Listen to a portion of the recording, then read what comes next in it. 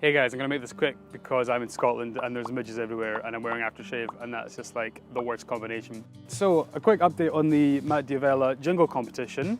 Drum roll. I didn't win. Aww. No, unfortunately. This guy won instead. I wasn't even one of the final four, unfortunately. But something happened instead, which is like 100 times cooler than that. So after I wrote the jingle, I emailed it off to Matt, not really expecting a response, and he got back in touch with me not that long after saying, "Hey man, thanks for sending this through. This made my day." And I was like, okay, that's pretty cool. Then after that he said, "I'll actually be in London soon. If you're in the area, then let's meet up and go for a coffee." And I was like, yeah, I'm in Scotland. Scotland's an area close to London. It's kind of a 4 or 5 hour train ride. Didn't say that to him. I was like, yeah, I can come down all the way from Scotland. Yeah, no bother, let's do that. And then he said, well, if you're coming all the way down from Scotland, then let's have lunch. And it's on me, as in it's on him. As in Matt D'Avella was gonna buy me lunch for the silly little jingle that I wrote. And then I was like, Don't cry. So we arranged the time and a place, and I got up at 5 AM to get a 6 o'clock train from Glasgow all the way down to London to meet up with Matt D'Avella. Yeah, pretty tough as a musician. My average bedtime is 1 or 2 AM, so getting up at 5 AM was pretty challenging, but obviously it was worth it to meet Matt.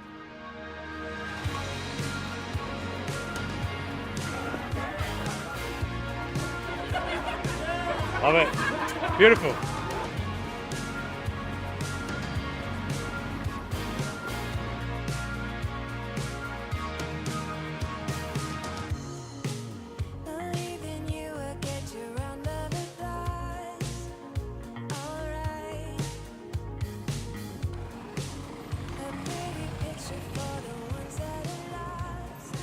How you doing, man? So good to meet you. Oh, I'm a hugger as well. All right, man. Good to meet you. How's Nice things? to meet you, dude. You too. So we met up, we had lunch, we had a beer, we chatted about tons of stuff about YouTube, minimalism, filmmaking, being a small creator, no small creator, other YouTubers, tons and tons and tons of stuff. We had like the wobbliest table in the whole place as well. We also talked a lot about gear, and then a pigeon pooped on us, unfortunately.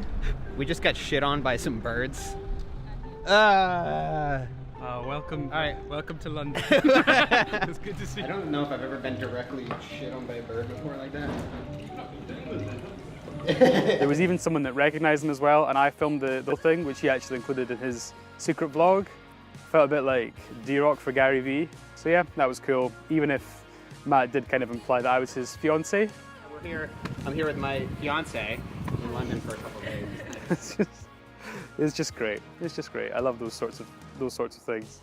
So I'm not going to go into full detail about everything we talked about because we did talk for so long. But yeah, the big picture that I kind of took away from all this is that I almost didn't make that jingle. In fact, when I look back at it, I'm pretty unhappy with it. Like, the idea was pretty cool of the rocks. Like, I'm pretty happy with that as a concept and as an idea.